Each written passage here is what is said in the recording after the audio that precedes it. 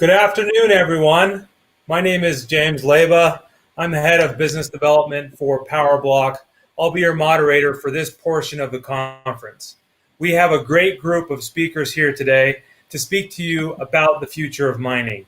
We have Alex from InnoSilicon, we got Daniel from Cloud Mentor, we have Sergio from Monbank. So let's just get this started by going over the format of today's speaking slots.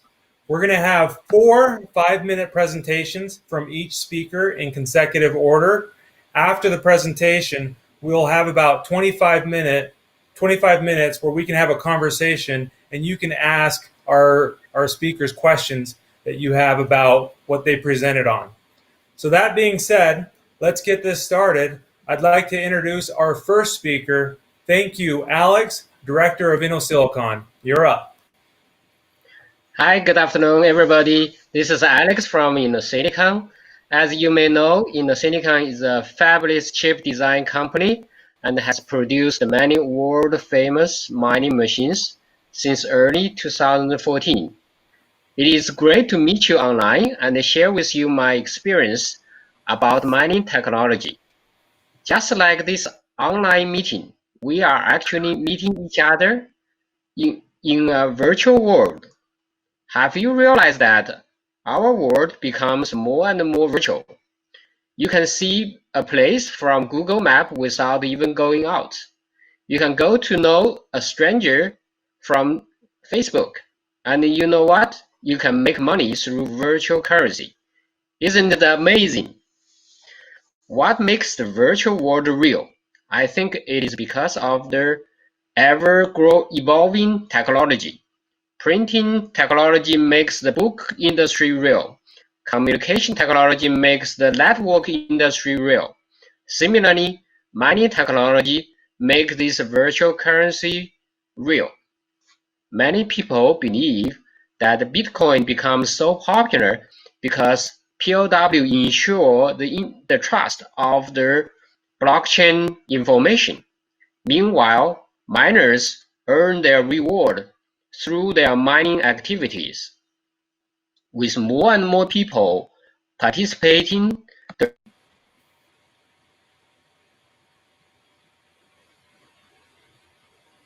and makes it difficult to be profitable. Is there a secret formula for mining? I want to share with you what I have discovered.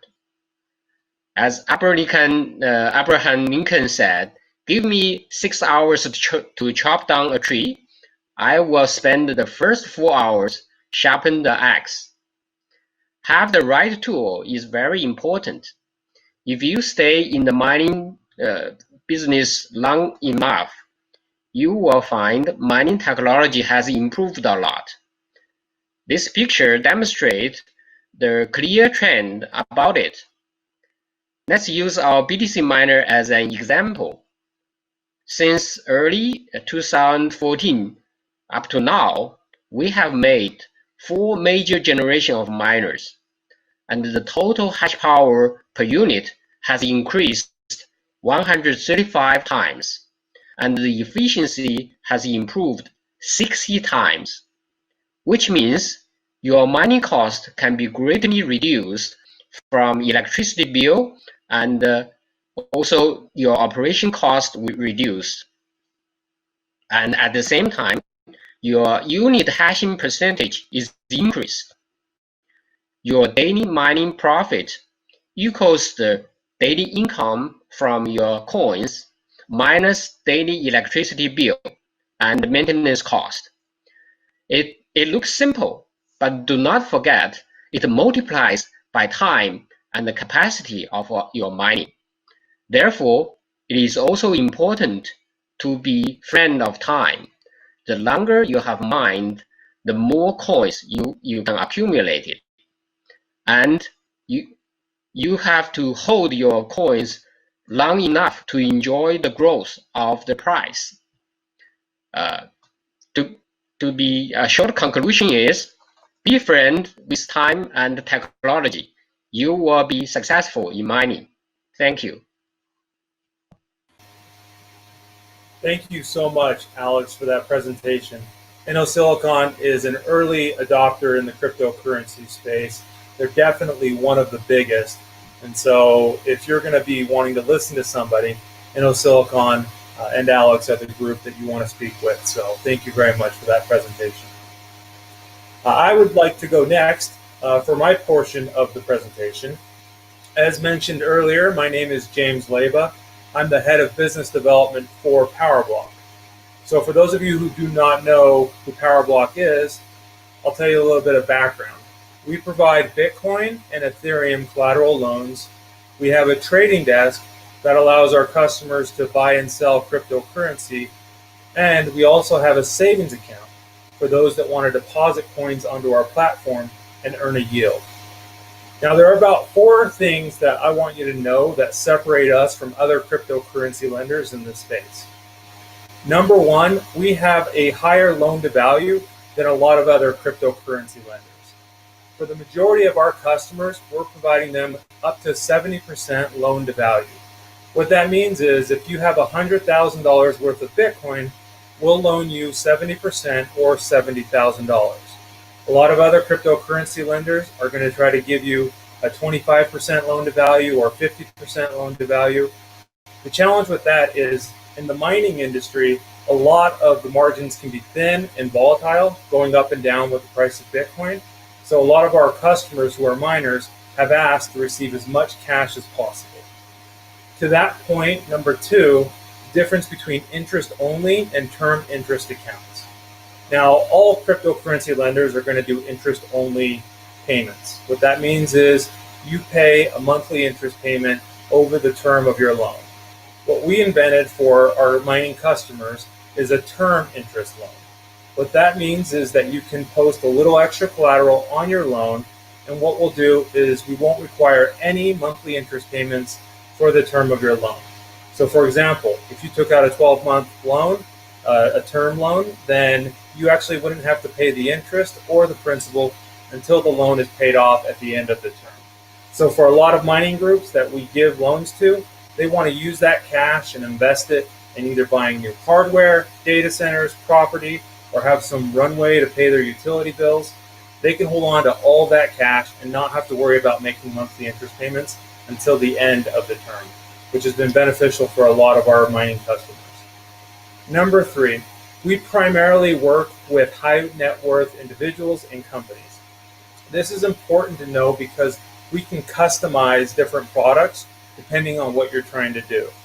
If you want to try to do something in the mining space, feel free to give me a call and I can figure out how to help you out. If we can't figure something out, I'm happy to bring in my trading desk to see if they have any solutions. I can even call our CEO and have him opine as well, so that way we can best help you out. And then number 4, we also have an over-the-counter trading desk to buy and sell cryptocurrency. Now, the reason why this is so important is back in 2014, when I first got into Bitcoin, there was one on-ramp and off-ramp, and that was Coinbase. And at Coinbase, I had limits of, say, $10,000 to $50,000 per day withdrawal limits. So if I wanted to buy some Bitcoin, sometimes they wouldn't let me buy all the Bitcoin I wanted to buy. Or if I wanted to withdraw it, I couldn't withdraw it all at once. Another challenge is that sometimes they would hold that Bitcoin so I couldn't transact the same day. So I could buy the Bitcoin, but I couldn't transfer it. The challenge with being on one exchange is that it limits you on your on and off ramps, especially when the price of Bitcoin is rallying or crashing. Sometimes the exchanges go down. And so going into 2021, you're going to want to have as many different options as possible.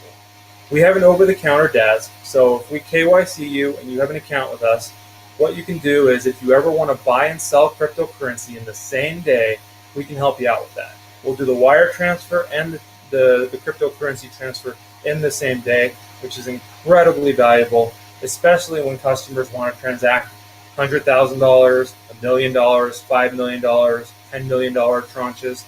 We can fulfill those lots for you. Now, today I wanted to talk to you about Bitcoin collateral loans and how margin calls work. A lot of customers hear margin call and they're really scared. They're worried. They don't know what it means. Basically, what a margin call would be is if the price of Bitcoin was to drop after you had taken out a loan, I would call you up and I would say, please post some more collateral. A lot of people get worried with that, and I wanted to explain an example from the last 12 months on what that could look like. So here you see a PowerBlock sample loan. This is a 70% loan to value. On the left-hand side, we have the price of Bitcoin.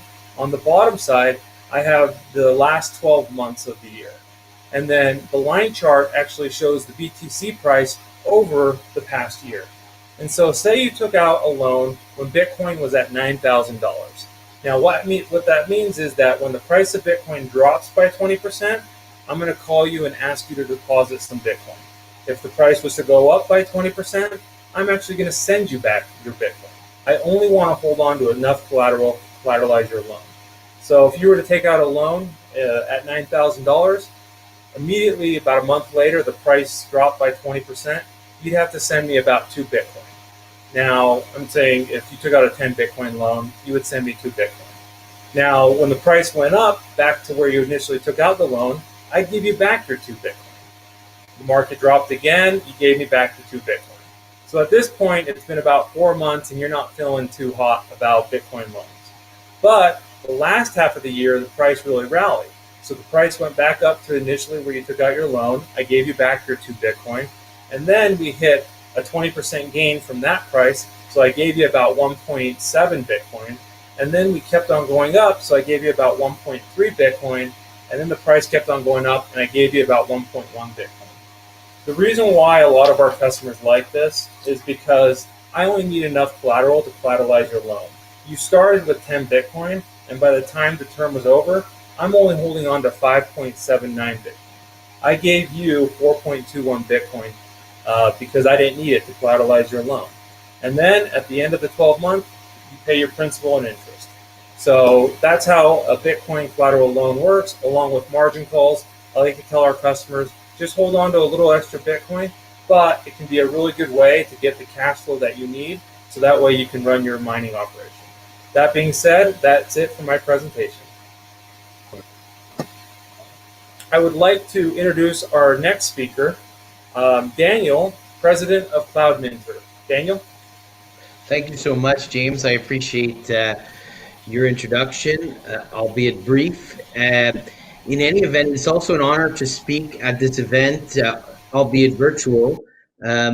Last year, it was a tremendously successful event where I had an opportunity to meet the leaders in the Canadian blockchain community. And I think it's fantastic that we have that opportunity again this year. So essentially, what is CloudMinter? CloudMinter is a company that was formed several years ago, closer to 2017. And CloudMinter serves as the official Canadian distributor for InnoSilicon. And my background personally, I served as the chairman of the Canadian Pension Tribunal. And prior to getting into blockchain, most of my passion was politics and law. So you might ask, how did I end up in the cryptocurrency space? And in the end, the amount of politics and law and understanding of global economics in mining is very critical. So what we see is that in the mining space, China has led the globe in creating the most powerful and potent miners that the Canadian and American communities have been using to mine the equipment. However, what's been happening is how do we bring together the Asian manufacturers with the local miners, and I think that's what the purpose is for CloudMinter. So how do we help serve miners in Canada and the United States? So our strategy is first of all being able to serve the miners locally in Canada and the United States when they have issues with their miners, when they need to swap out a hash board, when they need to repair. We've opened a facility here in Quebec that is able to receive hash boards from all over North America, and we can repair a hash board within 1 hour and have it shipped back to your mine, rather than having to ship the miner broken all the way back to Asia and wait to have the miner sent back to Canada. So where that is important also for Canada in general is that we need to have more manufacturing in Canada using the brilliance of China and their brilliant chip design, and having more jobs and more local support for the miners here in Canada. And what I've noticed working with Alex is that he, out of San Francisco, is leading the team in InnoSilicon to try to support the customer here in North America. And we're really excited about this project that we're working together, the repair center and the warranty center, so we can get you back your miner fast and efficiently. The other thing we like to do is when, thanks to James, who organized the amazing World Crypto Con in Las Vegas 2 years ago, and it goes on every year, I gave a speech where I talked about how miners have to be considerate of the environment. So when you have a miner that's no longer efficient, we need to look at ways on how we can recycle that machinery. We can upgrade our machinery, because in order to be there's a mantra when it comes to mining. Every 6 months, you should be recycling 1/3 of your equipment. So you're constantly upgrading your mine. You're constantly changing your hardware. So what Cloudmender has been doing is we buy off the old equipment from the miners. We resell them to other people who enjoy them. You have low cost mining jurisdictions that can still keep those miners running, like Venezuela or Ukraine. And we want to keep the environment an important factor when it comes to mining. So we believe that with our repair center, with our upgrade program, and with our recycling, and by using sustainable hydroelectric power here in Canada, we feel that mining is consistent with environmental principles. And in particular, if we're doing support and service here in Canada, we're avoiding the carbon footprint of having the miner have to cross the ocean, and we're getting the miner plugged in faster so that the profits and the return on investment are further supported in a volatile market. And so essentially, if any miner out there is interested in finding out about how we can upgrade their equipment, how we can support them to repair their hardware, or if they're just interested in talking about the firmware upgrades with the InnoSilicon miner, we're all excited about InnoSilicon's Ethereum miner, the A10.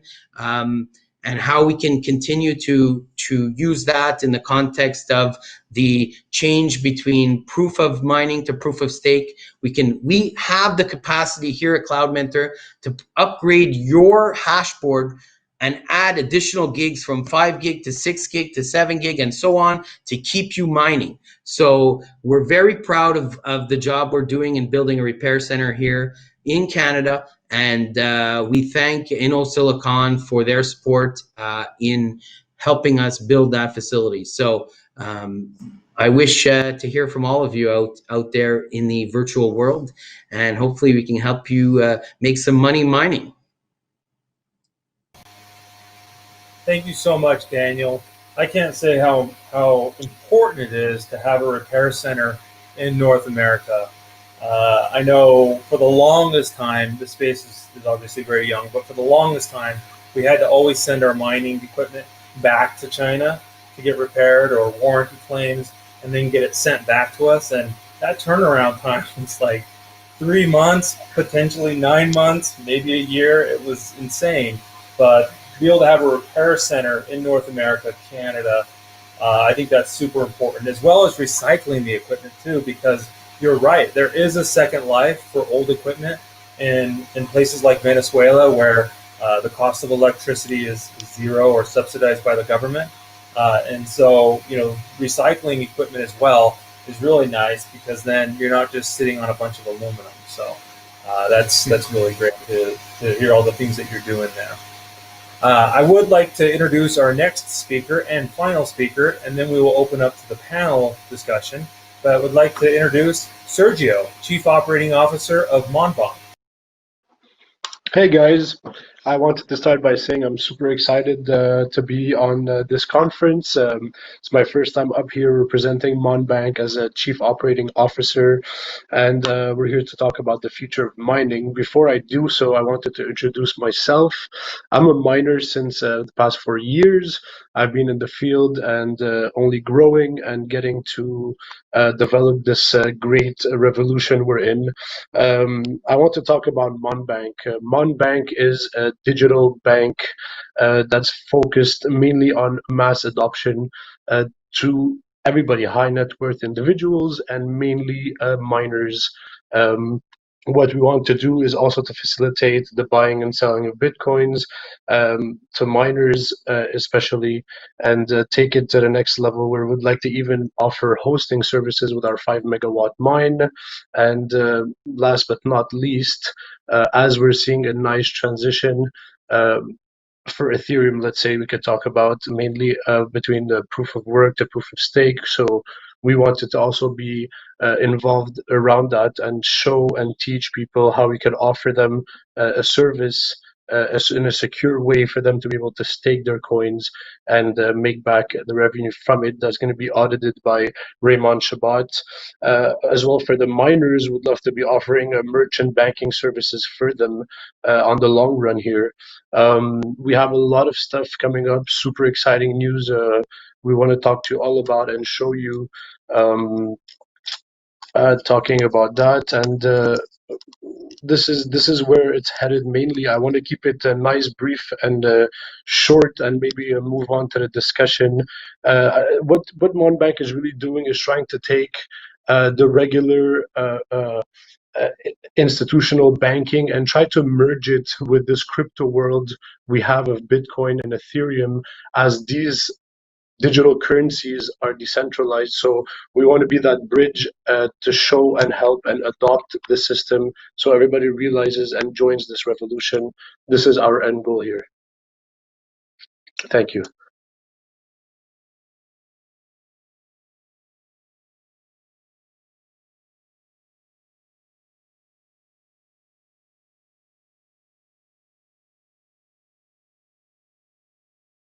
I think we could move on to the discussion. Thank you so much, Sergio. I know that in the mining industry, I mean, it's been a really tough space to be in for the last couple of years, but just overall, you know, since Bitcoin first came out, proof of work has been, you know, it's had its ups and downs, and a lot of people have got in the space, and a lot of people have gotten out of the space, and so I like to see the staking as maybe an alternative to just traditional proof of work mining. So I think that's super interesting. Now we're going to start the open panel. I will keep an eye on questions to see if anybody has a questions for one of the speakers, and then we can answer questions that way. I did want to actually ask my own question, which is always on the back of my mind, and this is open to any of the panelists to see if they want to answer it. But the cryptocurrency proof of work mining space is incredibly competitive. You can see that with the hash rate, you know, going up to all-time highs, pulling back, and then, you know, price of Bitcoin rallies, and it's very short-lived because then all of this hash rate gets turned on.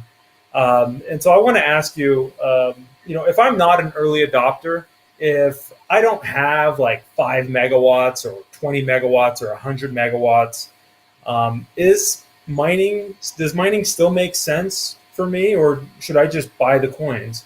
You know, like, you know, how do I justify getting into the mining space? Maybe Alex, you have a lot of experience in the mining space. Maybe you could hit that question.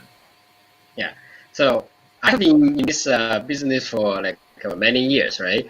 An interesting thing I have noticed that like the people who do the coin trade, they cannot stay very long, and the people who do in the mining business, they're always there. They always hang on. Why? People can say, okay, those people who do the trading are smarter. They are They react quickly, and they are short-term like profit gainer. And once you buy a mining machine, it seems like you got hold there for quite a while. But the good thing is about the trend of the Bitcoin price goes up and down, but the biggest trend is going up, right? If you are doing the mining, you have to hang on there for a longer time. If you do the trading, you got panic and you sold out and you lose money and you are out. But you do the mining, every day you gain some coin. You cannot be rich for like a short time, but for long term, because you accumulate the coin and you go with the big trend, you are the winner. So that's my observation. Yes, and I would add to that that if you're in a low cost electricity jurisdiction like where we live in Quebec, um, then the numbers are such that the cost of mining one Bitcoin is substantially less than purchasing one. And of course, as Alex has told us, patience is the key. So if you continue to grow your mining portfolio and you try to have one Bitcoin miner, another Ethereum miner, another Equihash miner, you're diversifying your portfolio and you can accrue over time what has proved to be fairly profitable returns.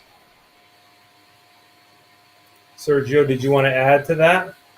I would add to that, it's obviously all about timing, and mining has proved over time to be more efficient, I would say, than buying the coin straight, in my opinion, as a miner that's been doing it for the past 4 years now. And you could run numbers and you'd realize efficiency. Like, I would really get back to the point, what Alex said is, are you looking at a short-term goal, or are you here to stay and support the network? Because as a miner, you're not just buying the coin to make money off of it, right? When you start mining, you're supporting the network. So you become a validator. The more people plug in these miners, the more there's valid people validating the network, the more secure the network becomes. So I feel like mining would be more towards whoever decides to go into mining is looking to the long term to support this revolution, want to become a validator, and not just jump on to make a few bucks of gains from the prices going up and down. This is my opinion on this. One of the things that a lot of people ask about, and I talk to a lot of customers about when they're looking to buy new mining equipment, is the ROI, so return on investment. Because Daniel's right, you could say your cost of mining one Bitcoin is less than what the value of Bitcoin is on exchanges, but then you have to buy the hardware, right? Or potentially invest in data centers. You'll have to navigate the utility bills of electricity and stuff. Some of these miners, when you were looking at them brand new right off the lot, uh, they were ROIing, based off of different calculators online in 12 months, 18 months, right? And then all of a sudden Bitcoin goes to 15,000, and all of a sudden that ROI shrinks to 6 months. So how do you decide when to buy, right? Like, how do you decide when you should be buying mining equipment? Should you kind of dollar cost buy the mining equipment, or what size should you start with? How would you start, acquiring, the mining equipment to build your farm, given the price volatility and the hash rates all over the place? Like, how do you know when to start, Sergio? Would you mind I answering would that question? go, yeah, it's all about scalability. There's a certain scale threshold you need to attain, and obviously that also takes into consideration the price of the coin. Let's say you're mining for Bitcoin. If prices have already went up from a dip and you weren't able to buy at that low, then definitely jumping in with mining hardware instead of buying it at a higher price and then having the fluctuation after, where you're going to be afraid and want to sell out and not hold long term. But if prices have already taken a certain rise, jumping in with a hardware where you're investing your money in that hardware that's going to mint you the coins is more, I would say, a path I would prefer to take, because I'm putting my money into hardware. Yes, I'm investing in a data center or putting it with a hosting company like us. And this is where, at the end, I feel like putting your money into hardware and just sitting on it on a long term, you know you're minting your coins. That threshold comes with the price of the market, I would say.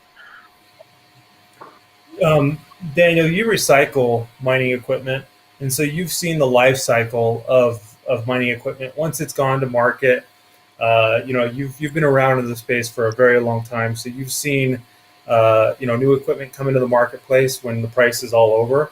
In your opinion, how long does mining equipment last?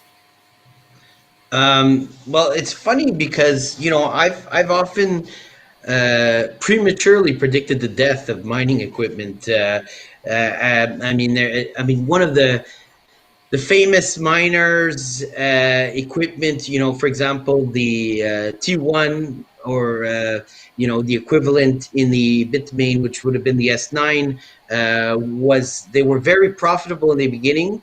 And the problem with mining that you have to be conscious with is if there's a stampede or if there's an overproduction by one manufacturer, the difficulty will increase such that your return on your investment will be less than what you anticipated. So I think that I did see in the past where you bought equipment, I thought it was going to die, and then Bitcoin went up again, and this equipment that everyone sold at a cheap price went up in value. So funny enough, it's kind of like what Sergio said. The time to buy mining equipment is when everybody is selling it. The time to buy Bitcoin is when everyone is selling it at that cheap price. So getting like when those people who bought an S9 or a T1 at $50 at the bottom of the market or $100, they then flipped that hardware when Bitcoin went up for double or triple. So it's a funny game. You never know what could happen. Your equipment could come back to life. But I do think that you need to follow the rule that every 6 months to replace 1/3 of your hardware and buy the latest miners. It's important because technology has a short life cycle, and I wouldn't hold on to a miner generally more than 24 months. 24 months is a good amount of time, and if your miner is lasting that long or longer, you're definitely going to be ROIing on that Yes, purchase. right. Alex, my question for Yeah. you is about the equipment that a customer would want to buy from Silicon. And so obviously Silicon is the manufacturer of the miner, and so they're going to be selling it to customers. And I would venture to say that you know who your biggest customers are around the world. And so when you're selling miners to customers, or they're making that investment with you to help develop their mining farm, what are you telling them as far as how this investment is going to work for them? Like, do you see any kind of trends on when they're trying to buy or buy more? When the price is high or low? Like, how do you talk to your customers about their purchase and make them comfortable with their purchase? Okay. Yeah. For the in this like 80 years, I have met all different kind of customers. Right. I always discuss with them, and try to find a best solution to meet their needs. Uh, Basically, some people they always very cautious, right? They always do a lot of calculation, and they hesitate, and they talk many times, and they didn't buy. But after several months, they regret because they found, oh, I actually missed the trend. From the manufacturer point of view, there are two things is very important. One thing is we all know the Morpheus law in terms of the chip design, right? So, but it comes like people right now that like we in terms of the manufacture process in technology, we move from like 180 nanometer right now to the 7 to the 5 nanometer.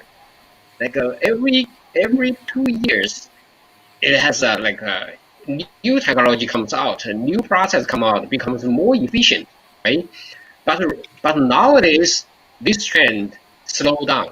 we reach to 5 nanometer. Like even they say, okay, we have a 3 and 1, but you can see there's not much difference between the 5 nanometer and the 7 nanometer. The efficiency doesn't improve a lot, but the manufacture costs improve a lot, increase a lot. So basically, you will find out right at the current stage, we're gonna come out a new generation of miners, and we foresee it's gonna last for quite a long time because we know there not much improvement in terms of the process benefit there. That's one thing. The efficiency is one thing. Another important thing is about the stability. Right? We have many evolved generation, and at the beginning it's not very stable, and nowadays it becomes more and more stable. We find out many different ways to reduce the heat and increase the stability of the miner. So nowadays, once you get into when you buy a miner, you know it's after the competition and the quality and stability increased a lot. That's one thing. Another thing is in terms of the profit. To be honest with you, as the manufacturer of the miner, we have very little profit on top of the cost nowadays because of the competition, because of the total network hash rate pushed down. So we actually don't have much profit to make the miner. Okay, if you are the newcomer, or if you want to replace your old miner, it is time to do that, because it's gonna last longer, it's more stable, it's more mature, and I don't foresee a big improvement after our like fourth generation. I don't see that. So it's a good time. So that's a good segue into my next question for you, Alex. So, and everybody actually, regarding proof of work mining, if you were to start right now, right, to make a big investment going into 2021, you're in 2020 right now, but 2021, what would be a good tip that you could give to a customer that you have about how to be successful in mining? And so, Alex, you said we have some new equipment coming out. What would be your advice to a customer who was ready to get started right now? Okay, so the important thing is about as my presentation end with be friend with time and technology, right? So now we have a more efficient and a new technology come out with the next generation miner. It will be more efficient, and more stable, and it will last longer. So get the best, and also, you know, with the good capacity and start order earlier, so you will be a friend with technology, time, and the volume. Only in that way, because the mining business is a zero sum business, right? It's a zero sum business. The portion you become grow, and you got more share out of the total network. So and the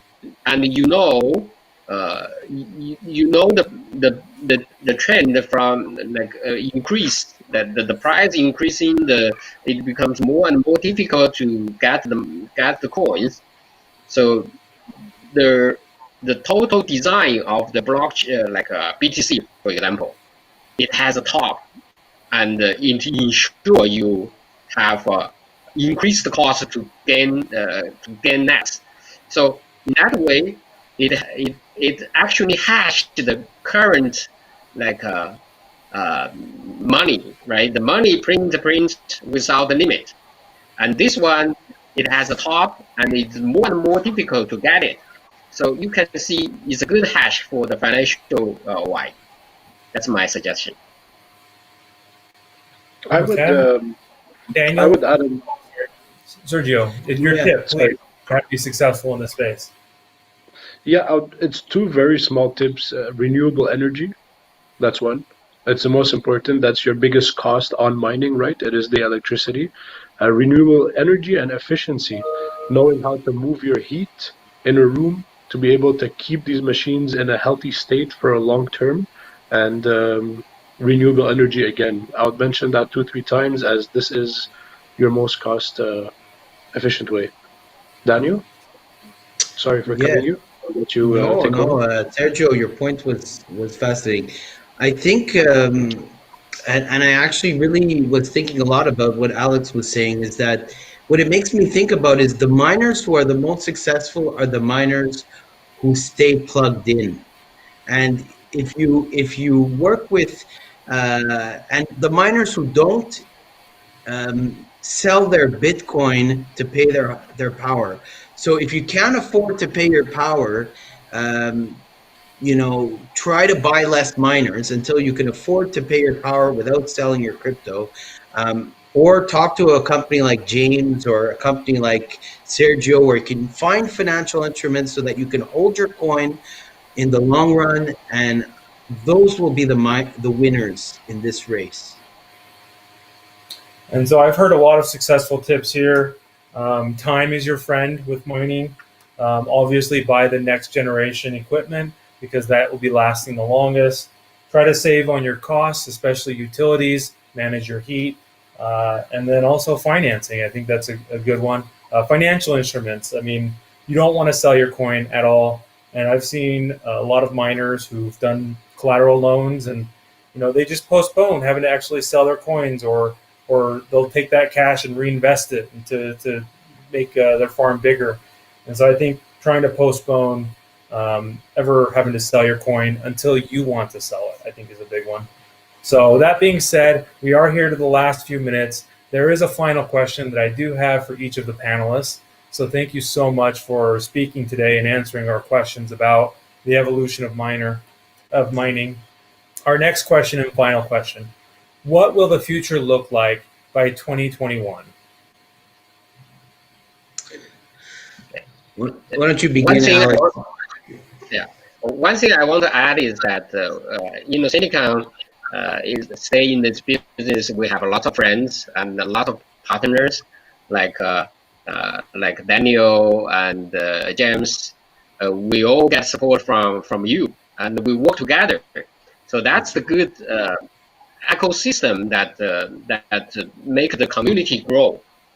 Inside still, although a lot of people has already joined the community, but still a lot more to come. So we work together, we build a ecosystem and get more and more people involved. We are all the winner.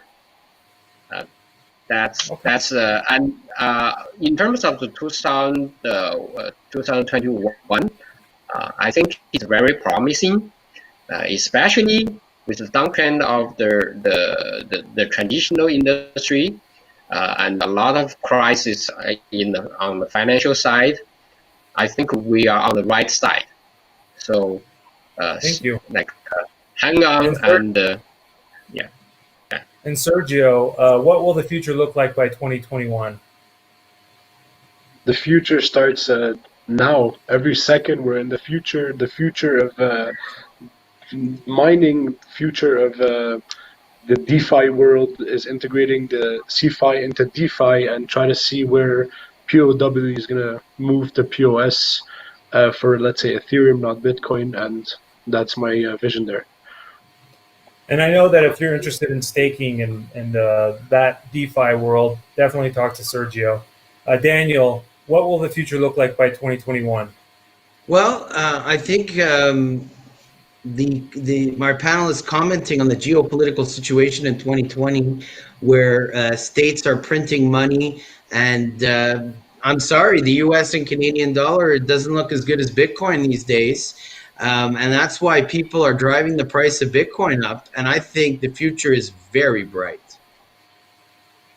And I'll ask myself that same question. What will the future look like by 2021? To Daniel's point, there's only 21 million Bitcoin in existence. there's less than that because people have lost it or destroyed it. So I think that's really going to show that there's only such a few amount of Bitcoin out there in the world when the world finally gets on board with that. So that being said, I'd like to thank all the panelists. This is an all-star panel. To be able to have this collective experience in the room is wonderful. So thank you so much for coming. I'd like to thank the Futurist Conference 2020 for inviting us to speak and allowing us to be part of it. So thank you. Thank you very much. Thanks, James, and thanks everybody to Thanks, participate. James. Thank you. Bye out there.